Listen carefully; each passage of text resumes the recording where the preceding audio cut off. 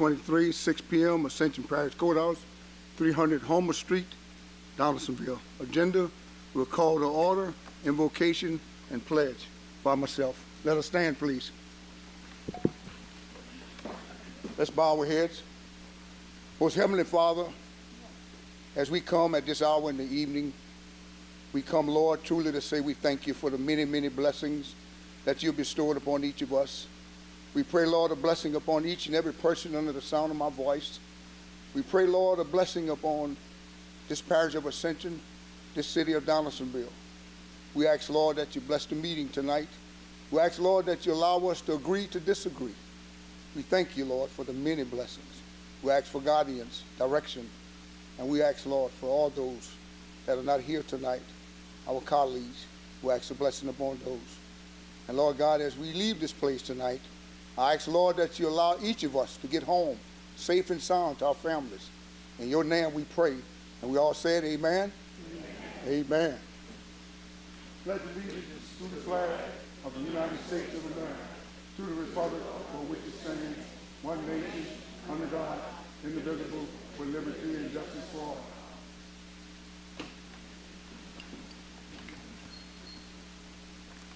I want to thank everyone for coming out tonight. It's a very beautiful night, very cautious, and very good. At this time, we have roll call. Let the record reflect that Mr. Cagnolati, Chase Malonzo,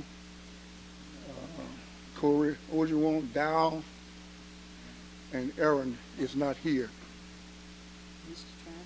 And Travis Turner is en route in coming here, should be here any minute.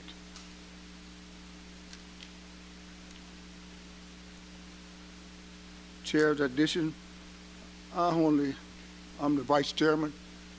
Chase has a situation at his work and he won't be here tonight. I'll be handling the meeting from here on out. So I would want to thank you all for coming. Thank you all for being here tonight. At this time, we'll have a public comment period to sign in. Those of us that are wishing to speak on any agenda item, to sign in. If you hadn't signed in, you have the red and blue cards here that you should have signed in if you want to speak on any agenda item. At this time, we have our presentation. A proclamation to proclaim September 7th, 17th, September 23rd, Constitution Week in Ascension Parish. Mr. President. Thank you, Chair. Before I begin the proclamation, I would like to invite Brittany Keene up to accept this proclamation and speak with us afterwards. I'll let you go ahead and hold that. Whereas September 17th, 2023 marks the 233rd anniversary of drafting the Constitution of the United States of America by the Constitutional Convention, and it is fitting and proper to officially recognize this magnificent document and the anniversary of its creation. It is fitting and proper to officially recognize the patriotic celebrations which we will commensurate the occasion. Public Law 915 guarantees issuing of the proclamation each year by the President of the United States of America, designating September 17th through the 23rd as Constitution Week. Now, therefore, be it proclaimed, I, Clint Quintmont, President of the Parish of Ascension, State of Louisiana, by the virtue of the authority invested in me, do hereby proclaim the week of September 17th to the 23rd, 2023 as Constitution Week in Ascension Parish. And I do urge all citizens to reaffirm the ideals of the framers of the Constitution had in 1787. So, Ms. Keene. My name is Brittany Keene. I am the regent of the Hiram Gaines chapter of the Daughters of the American Revolution. DAR is an organization that is dedicated to promoting historic preservation, education, and patriotism. Members honor their lineage and heritage as a descendant of a patriot of the American Revolution. My DAR patriot is my fifth great-grandfather, President Thomas Jefferson. Some of you may remember me from years past. Constitution Week is a perfect way to engage school children in history. NSDAR petitioned Congress with the Constitution Week resolution on June 7, 1955, On June 14, 1955, Senator William Noland made the first resolution to observe Constitution Week. Following the passage of the resolution, President Eisenhower issued his proclamation on August 19, 1955. President George W. Bush officially declared the inception of Constitution Week in 2002. As my chapter's Constitution Week chairman, it is my honor and duty to spread awareness of the United States Constitution and Constitution Week, which is why I am here with you tonight. As a lifelong resident of Ascension Parish, I've noticed that the reach of lineage societies rarely touches it. I want to better serve an underserved parish. 2023 marks the 65th anniversary of the first resolution honoring Constitution Week. It also marks the 233rd anniversary of the signing of the Constitution and 232nd anniversary of the ratification of the first 10 amendments known as the Bill of Rights. I would like to thank Parish President Clint Quintmont for, Take your time. I almost died from COVID last year, so.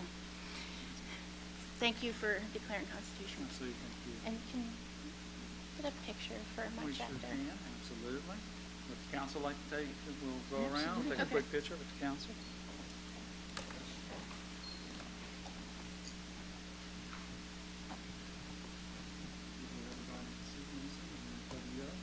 Yeah, there you go.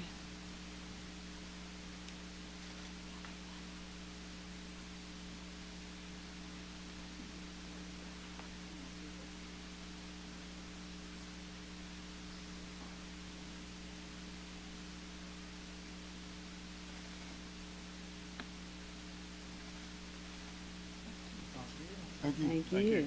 Thank you. Travis is here. Travis is here.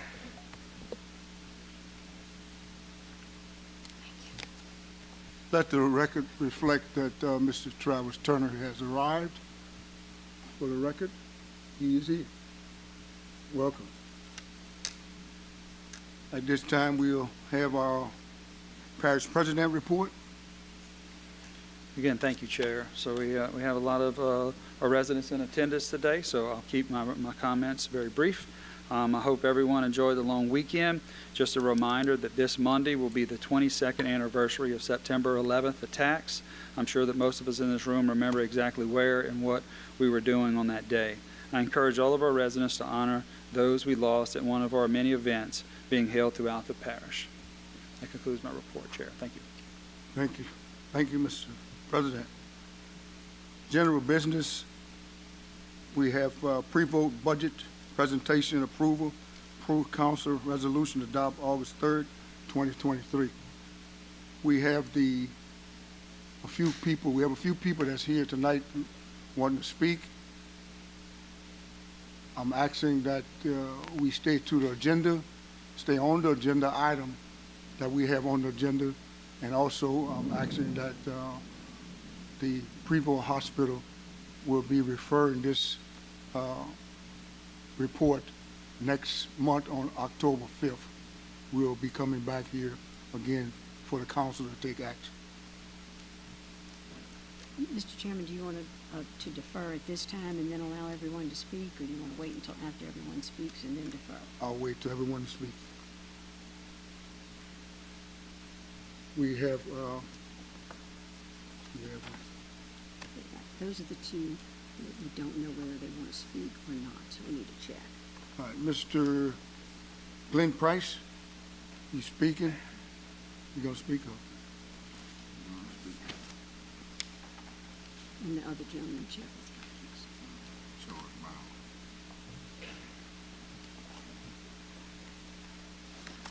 It's 3 minutes.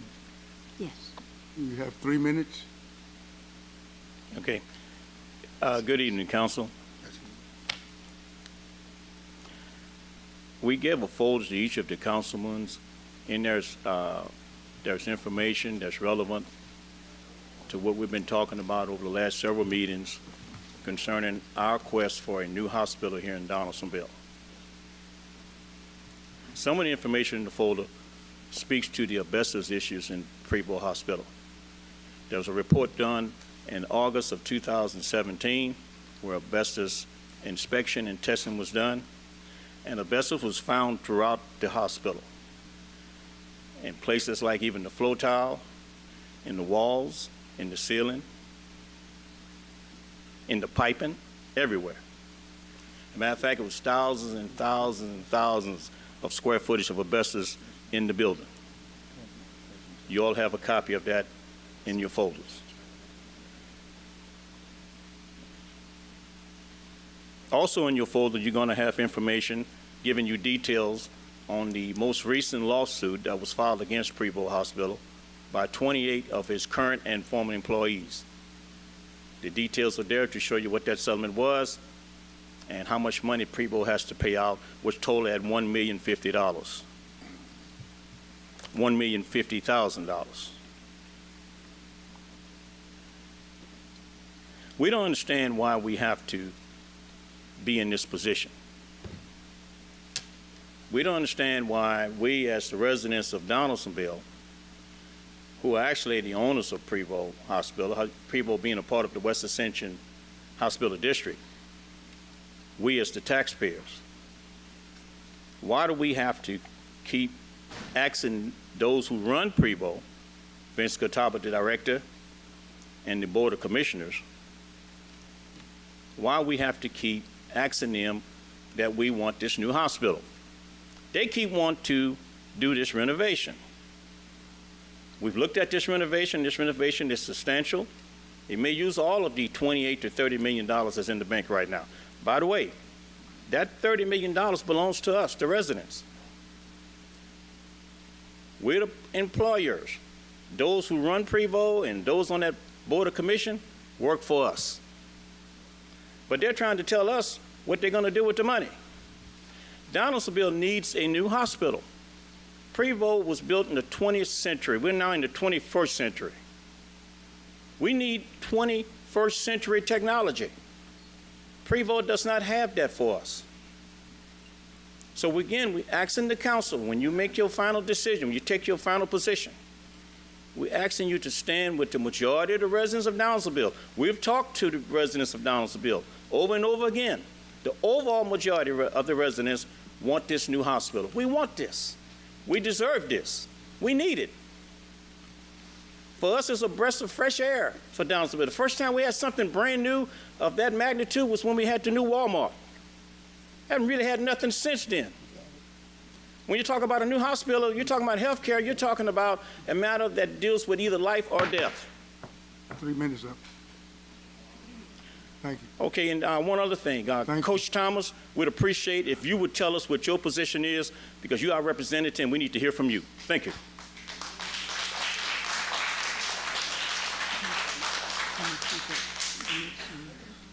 Next one, we have Mr. Charles Brown. We didn't know if he wanted to speak. You want to speak or? No.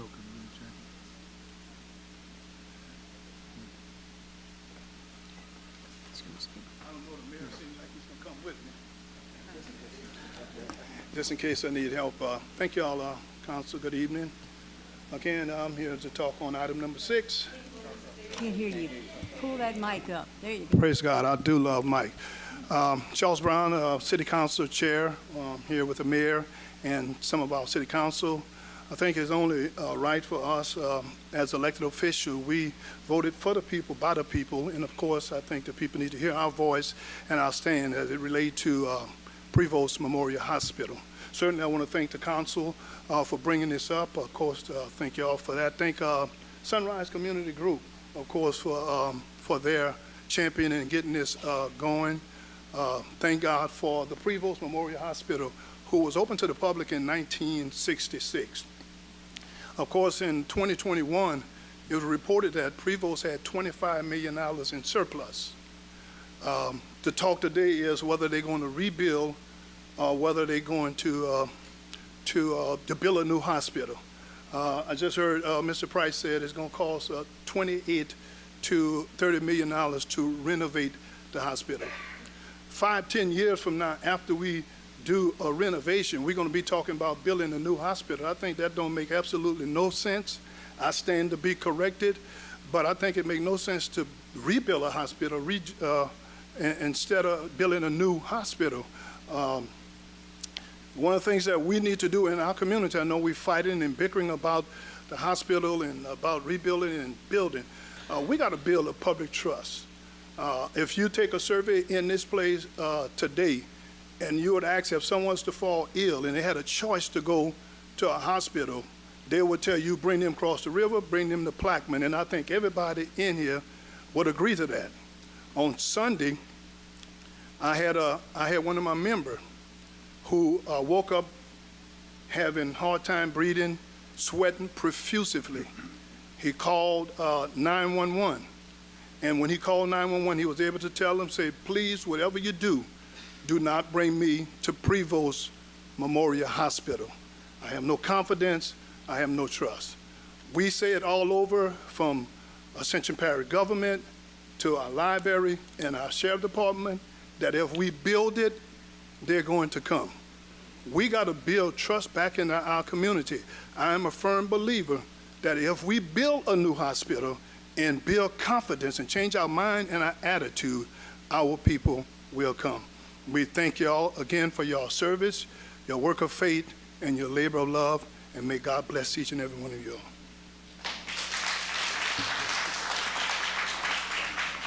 Mr. Chairman, to all of the members of the council, I didn't fill out a card, but I was going to take up his few minutes he had left, if that's okay. 39 seconds. 39 seconds. I just want to say right quickly that I think that this whole idea of a hospital, we all need to be together on what we're going to do instead of fighting and bickering, because we're talking about a small community and we all have to work together, we all have to live together, and we need to be on one accord. With that being said, I did talk to Ms. Terry about being on the review council, because I feel like it is very important for people within the community to be a part of it so that we all can move in the right direction. I don't want people to forget about 3127 and that expansion. I have been one of the drum majors to make sure that there are arteries from 3127 that leads into Donaldsonville, so we won't be the lonely, the lost, the left out. So I just want to make sure that whatever we do, that we come together, put aside all of the differences and work together for the betterment of Donaldsonville. Thank you. Good time.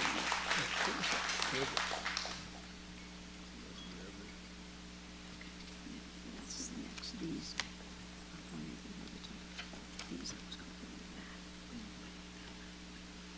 Mr. Robert S. Ugly? Is that right? Oh, okay. Yes, sir. 3 minutes. My name is Robert S. Utley. I'm a mechanical engineer, PE. I do hospital, schools, all kinds of designs. As you can tell from my agent, I've been doing this for a long time. I can tell you, you will get more bang for your buck if you renovate rather than build new. There is infrastructures that exist at Prevost that you will have to replicate wherever you go. And that's more than just the building of the hospital. So I think y'all really need to look at things very closely and look at the real numbers of what you're doing before y'all decide which way y'all want to go with this. No matter what, you're going to have to remove the asbestos, period. The renovation has the asbestos removed in the building, where there'd be no more asbestos in there. That's in the design. So that resolves that issue. And you know, floor tile is all over the place with the old asbestos floor tile. If you see a small one, it's probably asbestos. So it's something that's not that unusual to find in any older building. But if you want to actually get it built within budget, you need to turn around, and I think the budget you heard previously is low. And there'll be somebody else to talk about the real budget. But I think you're going to find out that you will have to come out of pocket a considerable amount of millions to build a new hospital that is of comparable size, excuse me, to Prevost. So I think y'all really need to not make a judgment quickly on this. I think y'all need to weigh things before you turn around and make some decision about renovated or new. Thank you, sir. Okay? Thank you. Thank you. Mr. Yates? Yancy Yancey Garrett? Yancy Galen. Yancey Garrett? Yeah, thank you. I'm Yancey Guerin. I'm from Plaquemine, and I can tell you what it's like to have a town to live in without a hospital.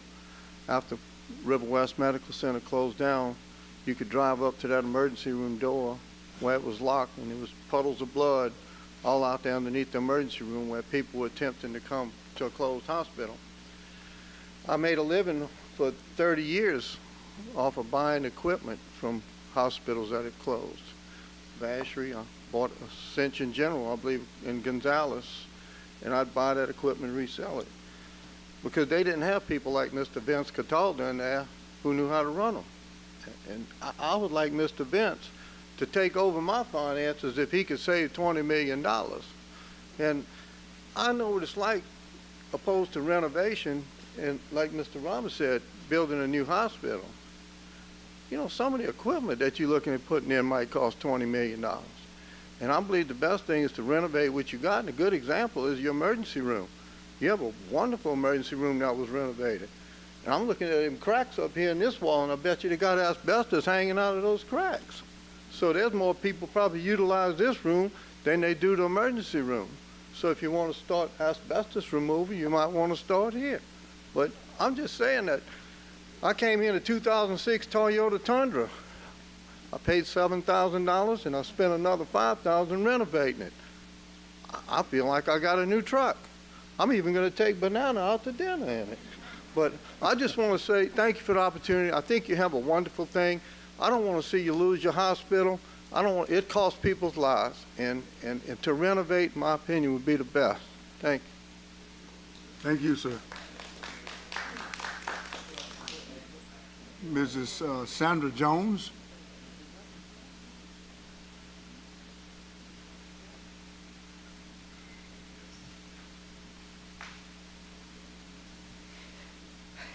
Hi, my name is Sandra Jones. I've lived in Donaldsonville for over 35 years, and I've worked here in the city over 25 years. The first thing is I'd like to know if the council members have been out to Prevost Hospital, because, yeah, there are areas that are old, but there are areas that have been renovated. I went yesterday, and I went through, because last month when y'all had the meeting and I came, and somebody said that there weren't any handicap bathrooms. I'm like, surely that can't be right. So I went in, and there are places that are grandfathered in that don't have handicap bathrooms. But from what I understand, that's going to be part of the renovations, is they're going to do the handicap bathrooms in those areas. But there are plenty of areas that do have handicap bathrooms, and the areas that don't have the handicap bathrooms are, you can walk down the hall, you know, put somebody in a wheelchair and take them down the hall. Another thing that upset me last month was that the hospital fund is for the benefit of medical care for our area, and somebody suggested we make small business loans with that money, and that's not what that money's for. It's also not for recreation. The taxes were paid to provide for a hospital in West Ascension. I wanted to thank you council members for coming here every other meeting. I mean, that's pretty neat, considering Donaldsonville is such a small part of the parish and everything goes on across the river. I did talk to Vince Cataldo yesterday, and he was saying that so many of the clients in the hospital are indigent.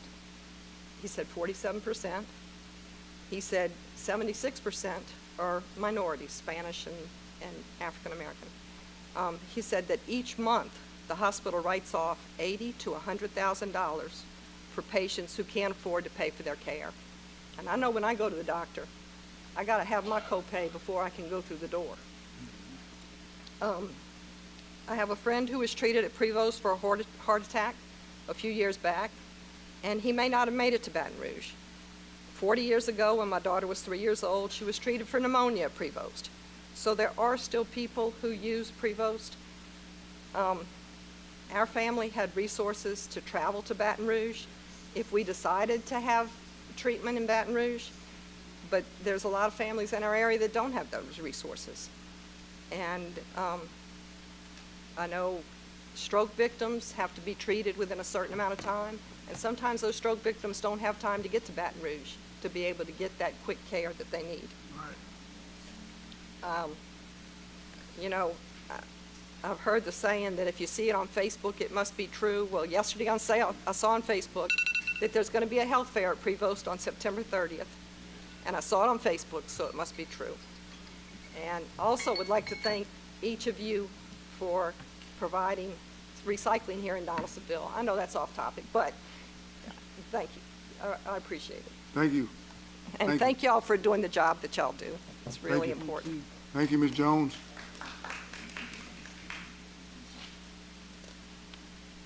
That statement she just made is really often said in a situation like this, and we like to thank Ms. Jones for that comment. This full council would like to thank Ms. Jones for that comment she just made. The next person we have is James Bruce Chili, Mr. Chili. Jan Russa. Well, I'm Henry Chauvin. I'm y'all architect for about the past 44 years. You're not Mr. Mr. Worked for the school board. So Mr. James Oh, Russa. I Mr. thought Russa. I got Chili. hearing aids. That's all right. It's all right, Mr. Chauvin. Chili. Good evening, council members. Russa. I think the mayor had it pretty close to coming together, trying to solve this problem. I think renovation is probably the way we got to go. The infrastructure is there. We have a heliport there. You've got a doctor's office. You've got PT, physical therapy there. You have dentists, and I think they're going to do a pharmacy there across the street there where Bellina's was. Right. I know the amount of money you talked about, the $80,000, I think it's closer to $100,000 that they have to write off. The government does pay them back, but it takes Vince and him, I think, a year and a half to get 80 cents on a dollar, not the whole 100. That's the first thing. Second thing I'd like to talk about is, last month we had people talking about it's going to bring jobs and subdivisions and all that. Where's Our Lady of the Lake? Come build it. Ashton, come build another hospital if you want. We had 7,000 people on the West Bank. We're down to 6,000 last census. That should tell you something. We are a poor town and one of the poorest in the state. I don't know how we're going to, accomplish bringing us up by building out, and it ain't going to cost $28 million, I promise you. To staff it, you think you're going to get oncologist over here? You think I got 3 grandchildren, all doctors. They left Donaldsonville, born and raised right here, because the majority of their business was Medicare, Medicaid, where they pay you $10 an office visit. How can you run an office on $10 office visit? It can't be done. So I think we need to do the renovation. That's my take on it. And I think we need to come together. Now, with that said, I think that the committee should be formed like y'all did that includes people on opposing sides to talk about this. I think, again, the mayor's right. We need to come together, talk about it, and find a solution. Can we improve that Prevost? Absolutely. Do we need to? Absolutely. No question. That's it. Thank you. Well said.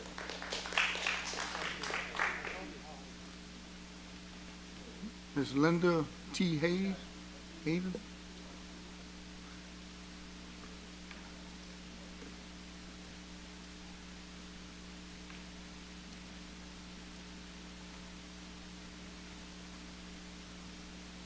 Thank you. I'm a little short. Thank you and good evening.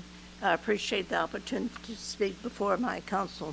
I'm a recent transplant from Metairie in New Orleans area of 57 years. I was born and raised in Donaldsonville. My family's from Donaldsonville, my brothers and sisters, so I'm very involved in Donaldsonville. I've always loved Donaldsonville. My profession is a nurse. I am requesting to be appointed to the committee overseeing the hospital. I have a background of 57 years of nursing, from staff nurse to assistant administrator of East Jefferson General Hospital. I was responsible for 2,600 employees and physicians, and I dealt with many physicians and problems. I am a problem solver. I'm an independent thinker.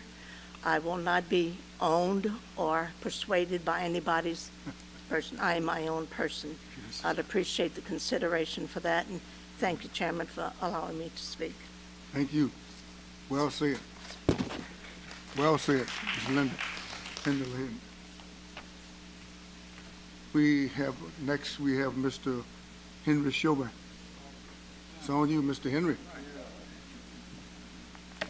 Well, now I've been y'all architect for 44 years and 10 minutes. But anyway, I was asked to come here tonight to talk about the proposed project for Prevost Hospital. And what I've done, I went ahead and called a contractor that finished the hospital in 2015. The hospital cost $16 million. And I asked him what would it cost today, and he ran the figures, and it would be about $32 million. And that's somewhere a little over 50,000 square feet. At Prevost, we're looking at about $22 million instead of $32 million. And we don't have, and with that $32 million, they have to buy land. They have a lot of other expenses. Prevost already has the land. Prevost already has 7 emergency rooms. That's the talk of the town. Everybody's coming to see them. They talk about the bathroom doors. All the hospitals have 3-foot doors. We got people today can't fit on an airplane. When I did Prevost emergency room, I put 3-foot 8 doors. So if you see these people, these bariatric and all these big people that can't pass through a 3-foot door, tell them to come Prevost Hospital. We have 3 bathrooms with 3-foot 8 doors in them. All these exam rooms, we got a CAT scan room, we have a new mammography room, we have a new maintenance building, we have a new storage building, air conditioned for records. And when you put all this together, what we're looking at is we're looking at a new medical office building. This is not doctor's offices. These are exam rooms.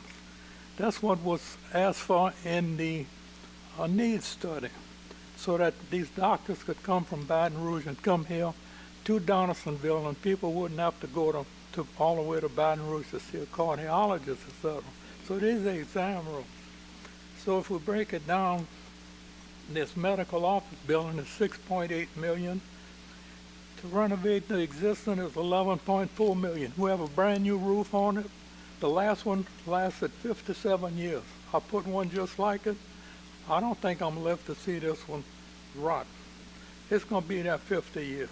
A lot of architects want to put a 5-year roof so they can have a job in 5 years. I put a 50-year because I'm thinking of the people. Okay, we have the new additions. We're looking at 2.75 million.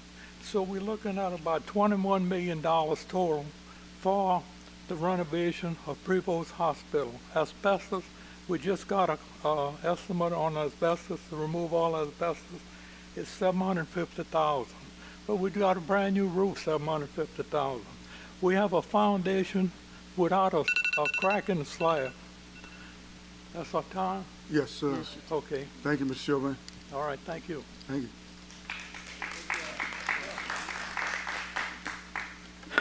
Next, we have Charlie Levy. Mitchell Levy. Mitchell. Okay. All right, name. Good evening. Good evening. My name is Cherie Mitchell Levy, and I'm a 43-year-old resident of Donaldsonville. I attended all schools here, elementary school, middle school, high school. I still live here today. I'm a 20-year educator, so I'm speaking as a resident and an educator. I have a bachelor's in education, a master's in educational leadership, and a doctorate in education. As a researcher, my primary focus has mainly been to study issues in education in an attempt to make the education experience better for all. But as I grew, my outlook on education evolved. There were some other factors to consider in my community: education, job opportunities, and healthcare. In my early years, education was an isolated idea. It was an isolated idea when I was in elementary school, and it was an isolated idea when I was in middle school. By the time I got to high school, the idea of education no longer stood alone. I started to understand that the relationship between education, job, and opportunities were codependent.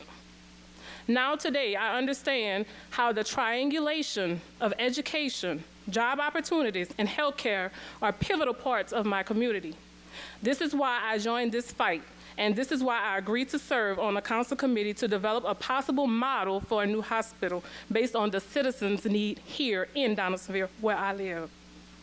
What are the benefits? Let's consider the possibilities for education, with the new hospital becoming field sites for training or becoming a local pipeline for schools with medical or nursing programs. Let's consider the accessibility for senior citizens who need treatments and are burdened by transportation, like my mom that I had to bring to chemo last year and used all my vacation days. Let's think about the new innovative technology without having to travel. Let's think about the jobs and that the new hospital will bring. Let's just think about the current and future Donaldsonville and its people. Where are we headed? As leaders, we should always be thinking ahead, always prepping and always planning. And one thing we, as leaders, should never forget: we work for the betterment of people and their communities, their needs. It is our responsibility to ensure that everyone has the same opportunities to live a healthy and productive life. Thank you. Well said. Very good. Well spoken. You're exactly right. Good job. Next person we have Ms. Donna Phillips. Donna Phillips. Okay.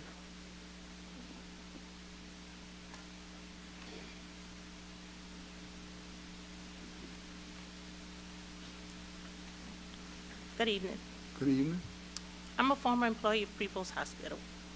I was discriminated against and wrongfully terminated from Prevost Memorial Hospital. On May 25th, 2023, I placed Juneteenth decorations at the nurse's station and on my department office door before I left for the weekend. I returned back to work on May 31st, 2023 to discover that the Juneteenth decor was removed.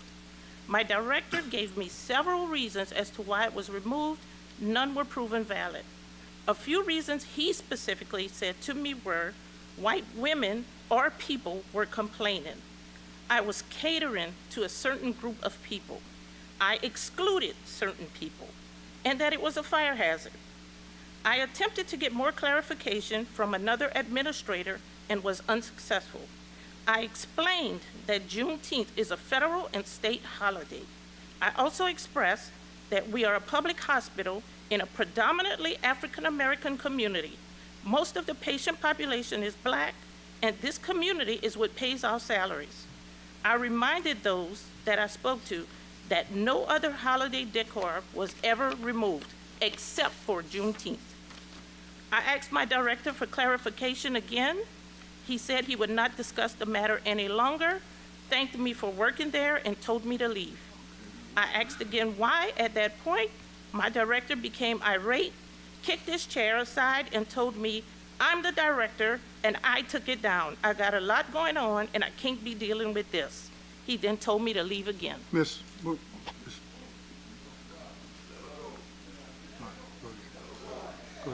ahead. Go ahead. Finish. Okay. All right.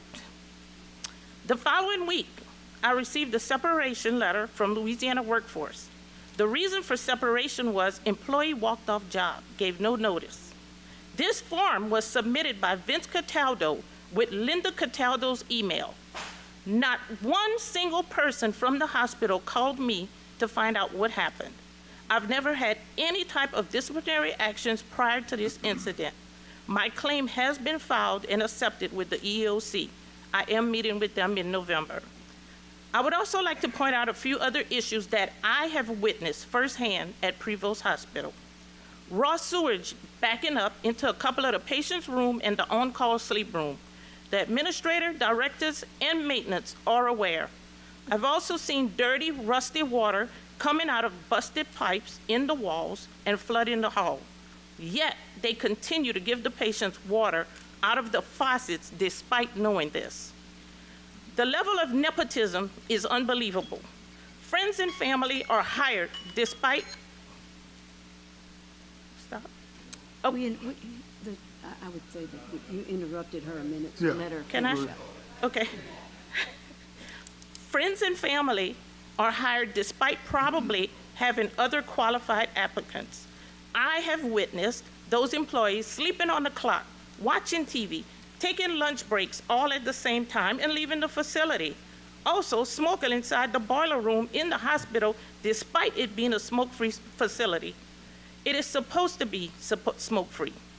It has also been reported to me that certain employed family members get paid more than other employees that are not friends and family. I remember when the National Guard came to give COVID vaccines in front of the hospital. I, myself, watched Mr. Vince come out of the landscaping shrubs in front of the hospital with bottled water to give to the guardsmen. It was fairly hot, yet he hid the water in the bushes so that the people that were lining up and waiting for their vaccines wouldn't ask for any water. He denied them water. I have children and grandchildren that are part of this community. Please tear the place down, rebuild, and appoint new management.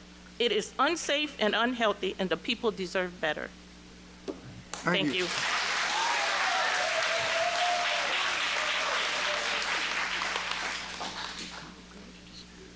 Thank you very much. Ms. Glenda Higgins? Glenn Higgins?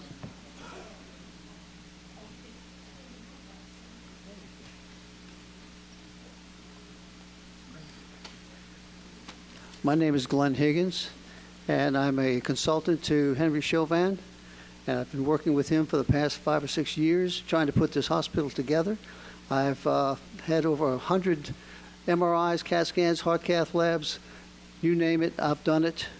And, you know, this kind of thing that we have now, yes, it's out of code, but we're in the process of remedying everything, including the asbestos, including the handicapped accessibility. You know, it's all part of the whole scheme of giving you a new hospital, which reuses the existing materials that you have and saving you some money in the process. So, you know, we really want to go forward with that. That's pretty much it. It's a good place, a good hospital, and it's going to be a lot better if you give us a chance. Thank you. Mr. A.J. Gomez.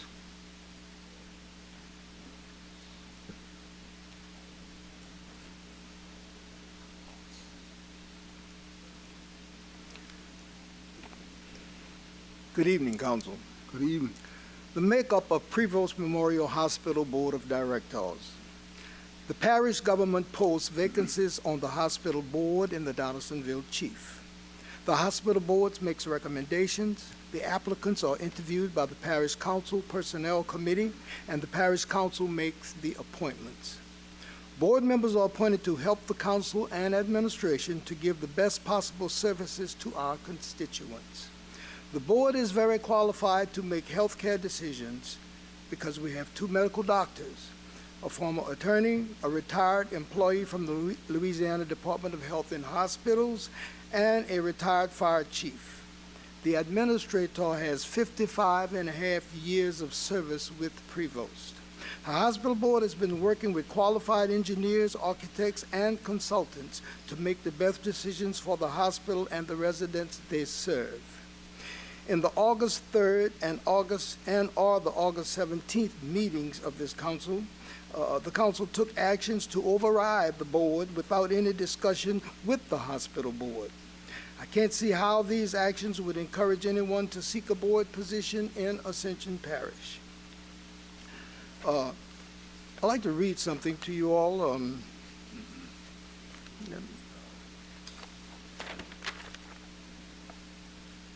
As a Louisianian who was born and raised in a small town in St. Martin Parish, I am fully aware of the importance of rural hospitals to so many individuals across the state. From when I was young, I have memories of my local rural hospital stitching me up and sending me back into the world. Unfortunately, that hospital is no longer serving the community. It is because of experiences like mine and so many others across the state that I would like to express to the rural hospital to the Rural Hospital Coalition that I fully support the survivability of rural hospitals in Louisiana. There has not been a single closure of any rural hospital in Louisiana since the enactment of the Rural Hospital Preservation Act in 1996, almost 30 years ago. In contrast, hundreds of rural hospitals have closed in the United States during that time, with the closing in the last few years and many more in fear of closing. If elected, we pledge to continue to support the Rural Hospital Preservation Act provisions. This act has enabled the legislature, the Secretary of the Louisiana Department of Health, and Governor's administration to fund Medicaid supplemental payments and enhance rates for rural hospitals that have been instrumental for the rural hospitals to not only survive, but also to improve access to health care in rural communities. We understand that Medicaid expansion helped the survivability of rural hospitals that provide essential health care. That letter is from Mr. Jeff Landry, the leading candidate for governor in the governor's race, to Mr. Vince Cataldo and Prevost Hospital. Thank you. Thank you. Next one is Miss Gwen Blank. Gwen?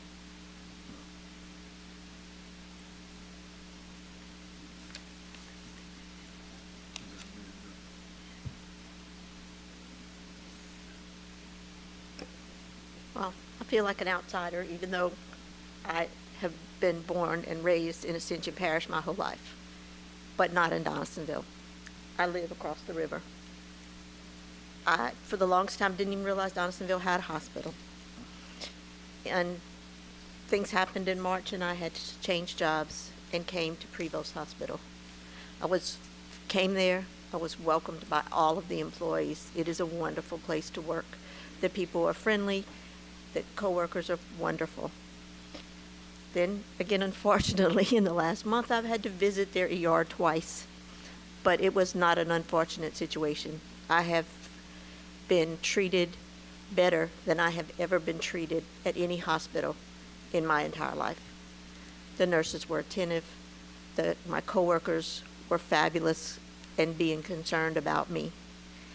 It is a small town hospital. I have seen other small town hospitals go through this same situation where instead of renovating and rebuilding and bettering what you have to go to a bigger hospital, those hospitals close. The small hospitals don't survive. My concern for Donaldsonville is what I see every day at work. People come there walking to the emergency room, riding their bicycles to the emergency room. They have no other way to get there. If you build this new hospital, is it going to be in Donaldsonville where it's accessible to these people? I don't think so. These people depend on it. And yes, Donaldsonville is a lower income place. And I didn't realize how much until I came to work here. But the work they do at Donaldsonville, at Prevost Memorial, is fabulous.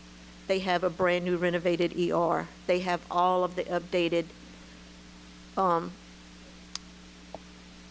x-ray equipment.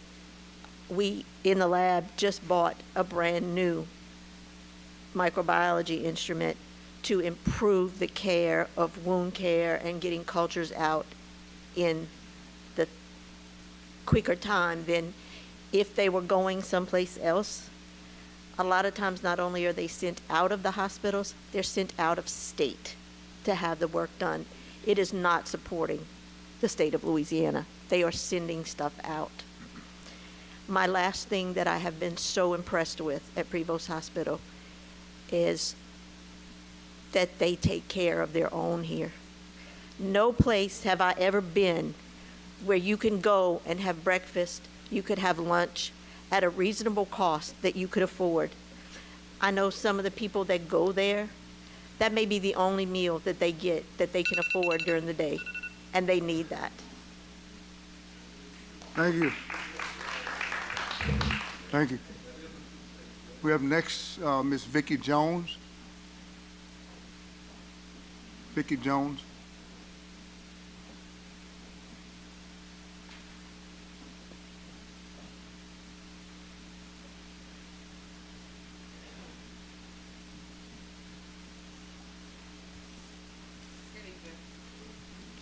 Good evening.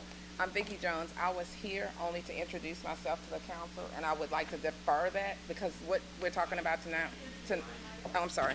I was here to introduce myself to the council. I'm Vicki Jones, and I seek a judicial position, and I was going to give you all what my platform is, but it seems that what's before the council now is far more than I have to say about me in this election. So I will defer my time and let you continue with the discussion regarding the hospital.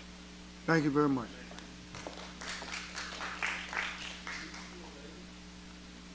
Mr. Fernandez, Trevor.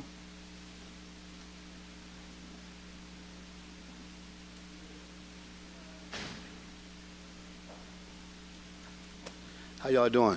I'm Trevor Fernandez with Sunrise Community Organization, and I'm gonna tell you, I'm against the renovation. Like Mr. Glenn said, we got happy when we saw Walmart come here. I got happy when I saw McDonald's come here. I'm tired of this lipstick on a pig mentality we have in this town. We got too many people. A lot of people talk just now. A lot of these people don't even go to that hospital. And it's sad to say that the mentality, the morale of this community has went down, and it's all because of certain things like that. If they have a hospital, a new hospital, we can create more. Like they got the infrastructure that's coming in. We need to plan for that stuff. It's called a contingency plan. What if a school bus wreck and have 40 kids? Can Prevost handle that? What if they have a leak at CF? Can Prevost handle that? What if a mass shooting happened? God forbid. Can Prevost handle that? And I heard the lady just say $1 breakfast and $3 plate lunches. I could do that by myself. I feed the whole community by myself from Monday to Friday. If you're selling lunches and plate dinner, breakfast and stuff that cheap, you should give it away. I'm sorry. It kind of aggravates me because I know some of this stuff is pretty much staged. I'm speaking from the heart. All right. What's the purpose of having taxpayers' dollars when you don't ask the taxpayers what they want to do with their money? They should have had a town hall to say, hey, what you need. Don't give me what you want me to have. Give me what I want. It's aggravating. It really is aggravating that we sitting here in 2023 having a discussion about health care, about a hospital that was built in 1968 with asbestos. They say, all right, all the buildings got asbestos, but they find asbestos in the floor tile. If you disturb asbestos, you walk on the floor every single time you walk through that hospital. It's disgusting. It really is. It really is. And it hurt me. All right, this group, Sunrise, was put together to address the needs and concerns of the citizens only. I can care less about anything else. We're not a political group. And one thing we always did, we give a person a chance to fix the problem before we move on to any other problem we got. This all happened because a few people came to us asking us for their help. We did our research, and this is why all this happened right here today. This is why this happened. It's disgusting. It upsets me very, very much.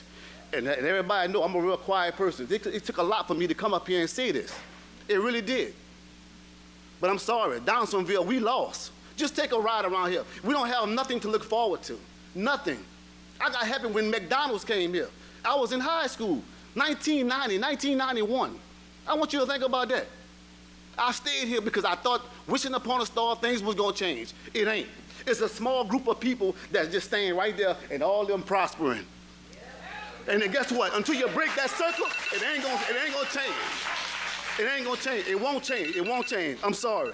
I'm sorry. And I'm gonna leave y'all with this here. And it hurt me to say this here, but I want Donaldsonville to know this here. Some of the people that we look up to the most in this town is the ones that's hurting us the most.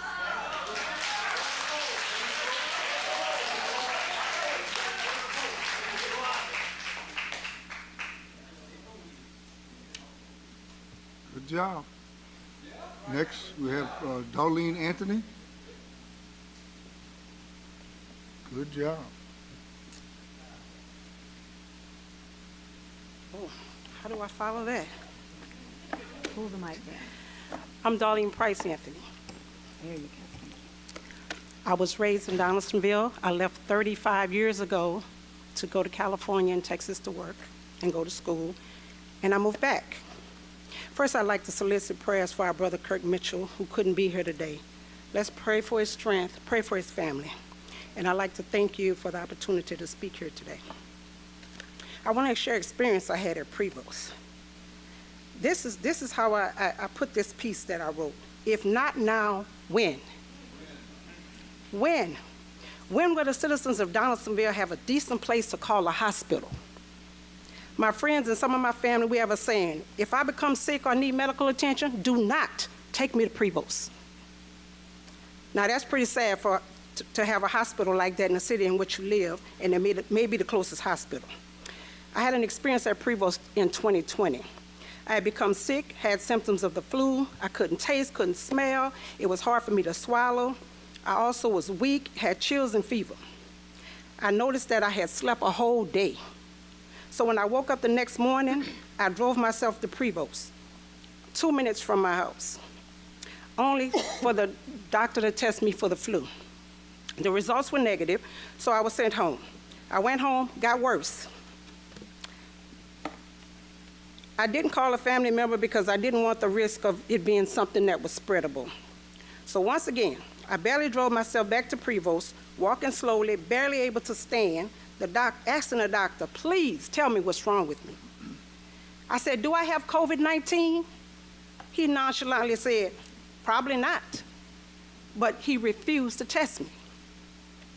I asked, why can't I smell? Why can't I taste? He responded, I don't know. So after they took 25 minutes asking for my insurance information, I was called to the back of the room again, only for the doctor to tell me I was exhausted and I had been a little dehydrated. I literally thought I was going to die. That's how I felt. I had lost 14 pounds. And then 4 days later, I'm getting worse. I lost my voice because of the coughing, so I could barely speak. That day, my brother called me. And when I answered, he said, we have got to get you to a hospital right now. He sent a friend. She wrapped me in blankets, helped me to the car. She took me to urgent care in Gonzales. When I got there, right away, the doctor noted a problem. So they started testing me for different things. He quickly came back to the exam room and said, go home and quarantine for 10 days. You have COVID-19.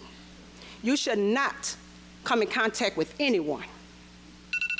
He wrote me several prescriptions and sent me home. By that time, 3 weeks had passed from the time I was at Prevost. So I asked, why couldn't I receive the same treatment in the city in which I live and reside? There's also a question about the elderly here in Donaldsonville. They deserve proper medical care. They have lived their whole lives here in a city that they love. My mother is one of them. She's 85 years old. She refused further medical treatment that she needs for her blood because of the trouble it takes us to get her to Baton Rouge.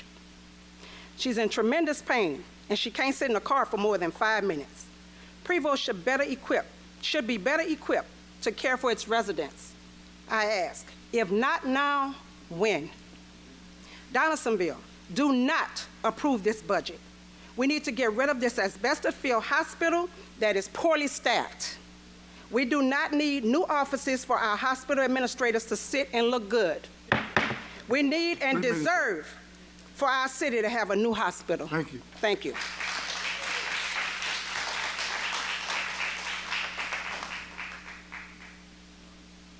That will be the last person be speaking. At this time, I offer, Chair to offer a motion to put this. Joel left. Joel, no? Okay. Okay.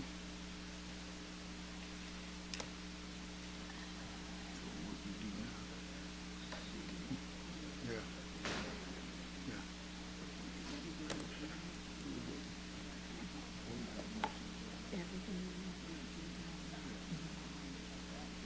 Everything else on the agenda requires.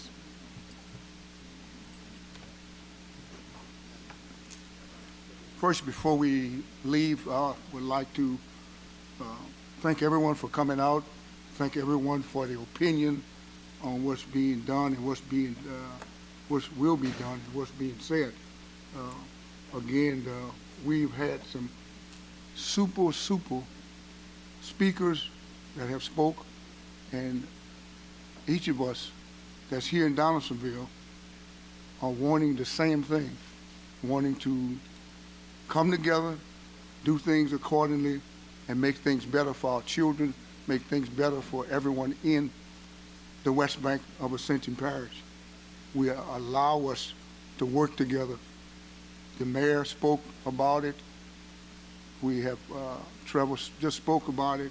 And as your councilman, I represent District 1 in Donaldsonville, and whatever the people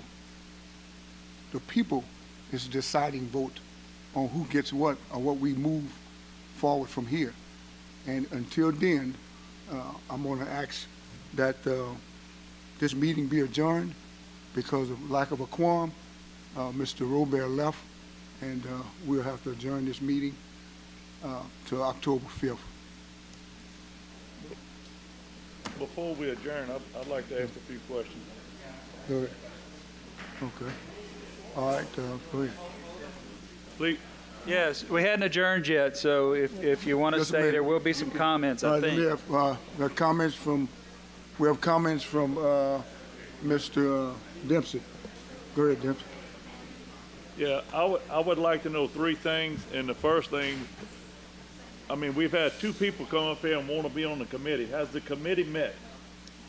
It's still in progress. It's still in progress.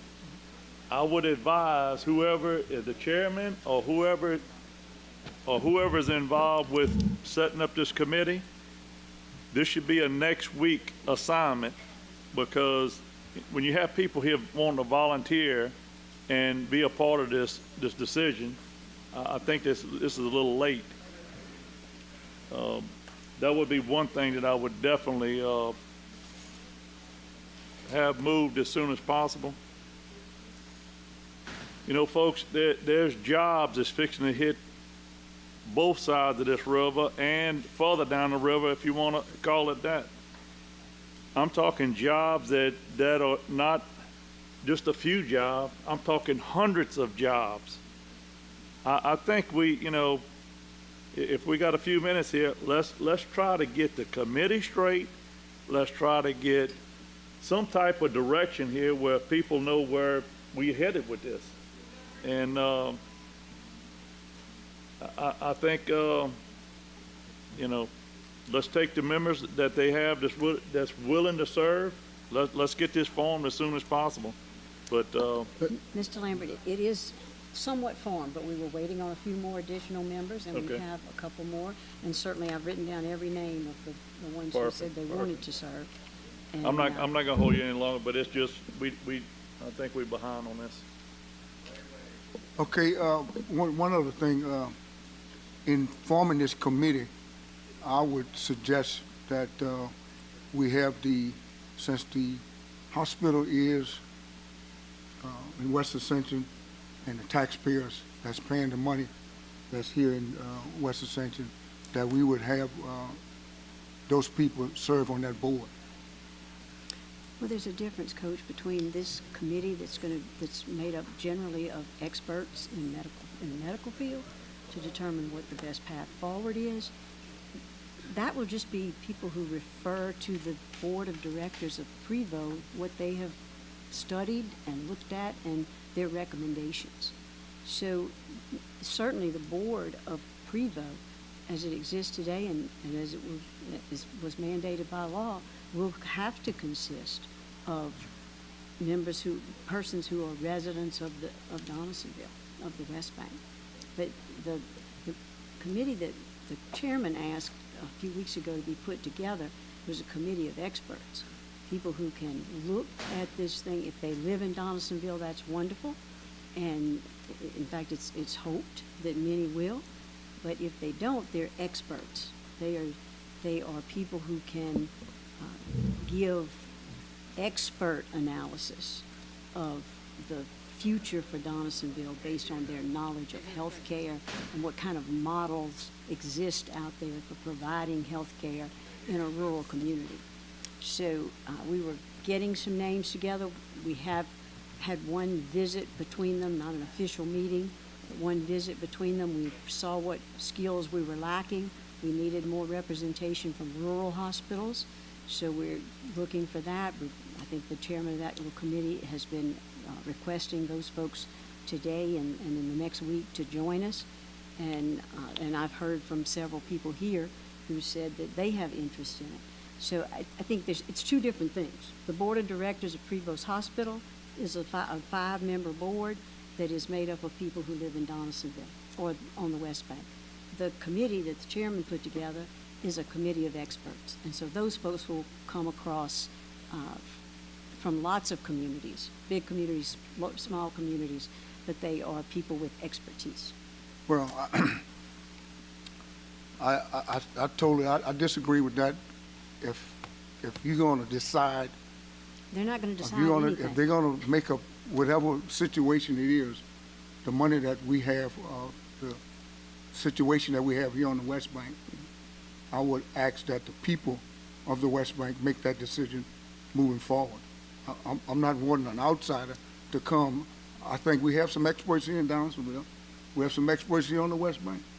And I would think it would be fair that we would choose someone from the West Bank to be on this board that you were talking about that's not overseeing the hospital board to make a decision on us moving forward with a new hospital or whether we'll remodel or whatever the situation may be. For clarification, I like the experts to allow us to know what we need to do. For clarification, these are experts in the medical field. So you say it every time, Coach, and I'm going to repeat you. We're gonna agree to disagree. Okay. I'm disagreeing on anybody coming from the other side. I understand. I'm wanting to make sure that we have some representation here on the West Bank moving forward. There is representation from the West Bank. We do have some experts here. Absolutely. And I would make sure that we get someone there on is, that board. I assure you, there's representation from the West Bank. So enough representation. I saw the parish president. Mr. President. First and foremost, I want to thank the residents for coming out and voicing their opinions on both sides of the issue, but we need to make sure clarification exists. So I want to make sure that people understand what was voted for. This is a needs assessment study of a committee of experts in the medical field to determine the needs of the community as far as health concerns and health issues. This is not to decide whether we are getting a new hospital or not. So I want to make sure that's clear. Now, whether a new committee of citizens of Donaldsonville and others, yes, you can have that to help understand whether that choice, but there needs to be a needs assessment from medical experts who do this for a living to determine what needs are provided and what's not and what's needs of the community. They will obviously reach out in the community to help determine that. But this committee will not decide whether you get a new hospital or not. And I just want to make sure that's clarified. This committee will not do that. It is a committee of experts. That's what was voted on. And so once you get that information, then you can establish necessary committees within the community to determine whether it's a new hospital or not. I just wanted to make sure the residents understood the clarification, what was voted by this council on the last meeting. Thank you. And Mr. President, I'm very sure that, and I understand what you just said, but no one is going to take care of my mother like I will. But and it's the not emphasis of that, I'm wanting to make sure that we have representation from West Ascension, enough of it to where if anything they decide to do, then it would be the people that's paying the taxes on the West Bank moving forward. Yes, it's going to be the people that they get this information. Your mother, they're going to ask her, what are your needs? And they're going to put that in a report for this council to review, to then have more information on what the needs is of this community.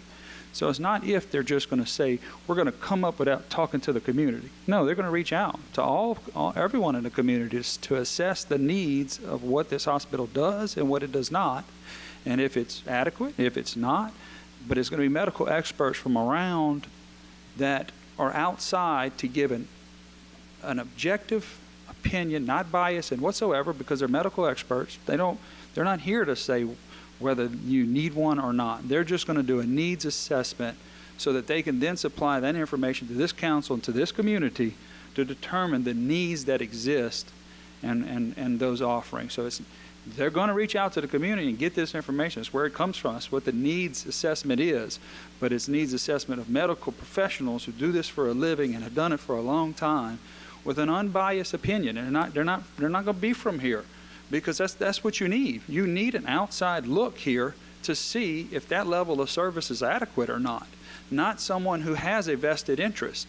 Now, the invested interest part comes in the next phase, step 2, which is a committee of this community, leaders from this community, to determine whether a new hospital is needed or not, because y'all pay the taxes. That's right. So that at that point in time will be, but this is strictly a needs assessment to determine the needs of the community based on the community so that they can bring that. And that's what was voted on, unless y'all going to change that, which you cannot because you do not have a quorum. So you can't change it, but that's what was voted on at the last council meeting. Thank you.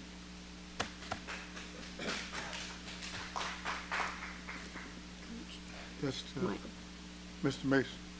I just want to make one quick little comment. I was listening to a lot of people talk tonight, and I'm honestly was really excited to hear. I like it when we have busy meetings like this. It makes it a lot more interesting. Mr. Brown came and spoke, and I believe he's on the board. He's on the hospital board. Is that right? I thought he spoke like he was from the board. I apologize for that. City councilman. Is city councilman? Oh, okay. I was thinking of somebody else. I'm sorry. We have the West Ascension Hospital Board, and I've been on personnel. I'm in my 4th year of council, and I've been on personnel 3 of those 4 years. And that is probably one of the lowest applied boards we have. So that board decides what happens with Prevo. So I would recommend, if you're really, really interested in it, whenever that Donaldsonville chief ad comes out, apply for that board. Come tell us why you want to be on the board, and we vote and put people on the board. So come talk to us. Let us know why you want to be on the board. We want to put people on the board. We have trouble sometimes even getting one application. So just, I want to put that out there. Just, you can participate in this. This is not just us making decisions. We want everybody's input, and that's the easiest and fastest way to do it. So thank you very much, Coach. Thank you. Anyone else? Mr. Mr. Lemon? You got to come to the mic. Come to the mic, Mr.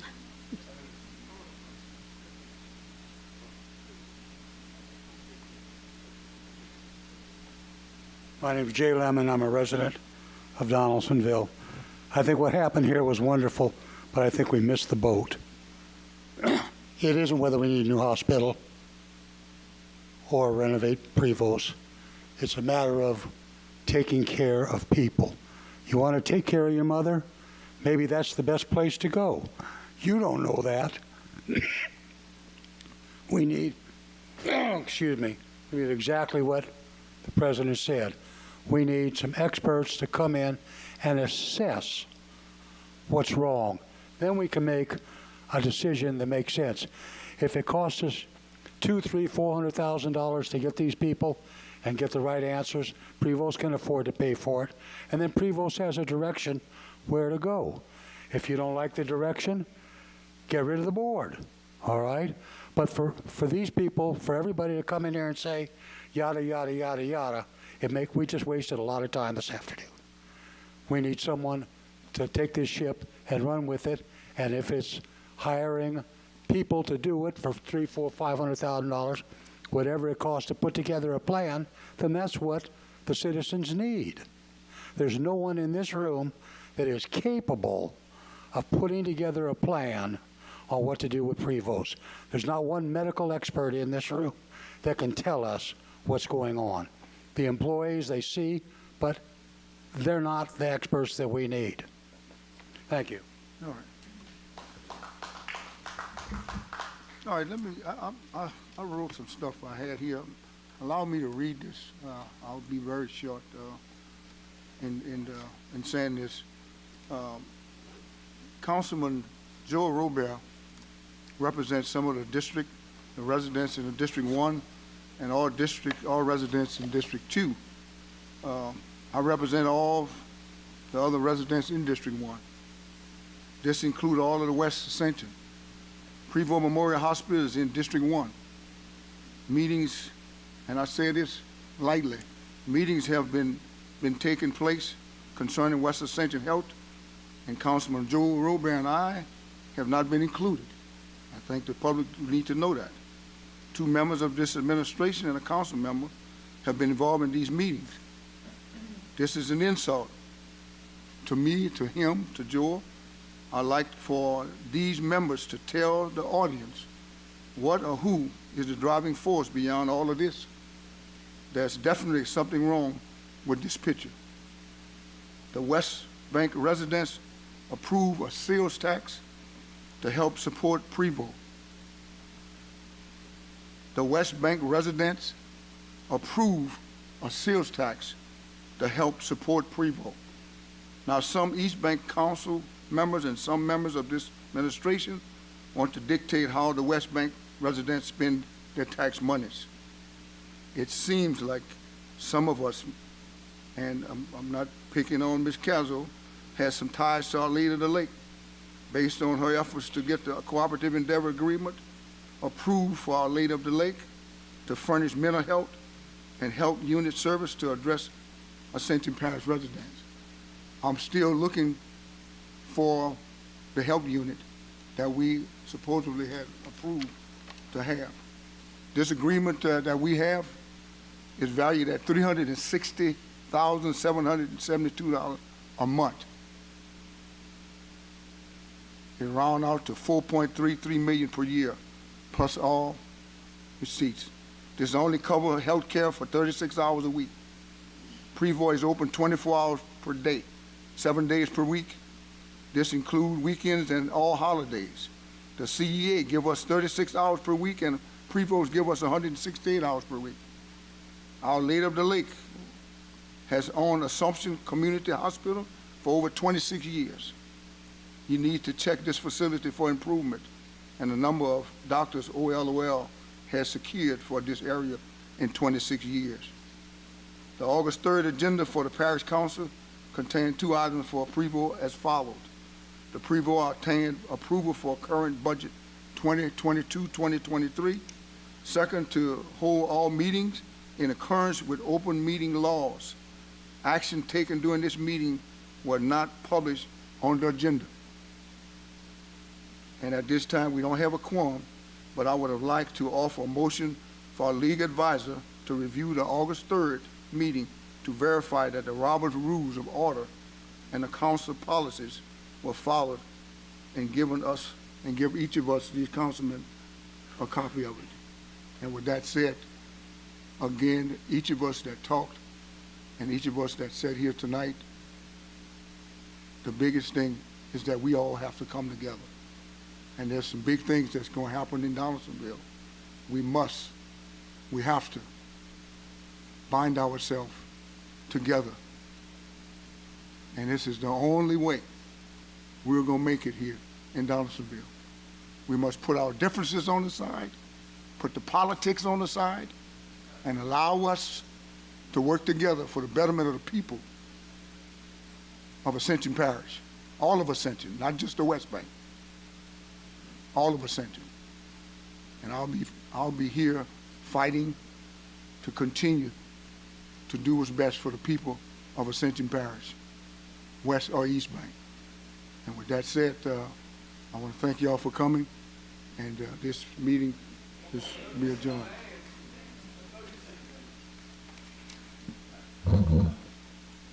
No, this meeting, excuse me, meeting adjourned. Meeting adjourned. Meeting adjourned.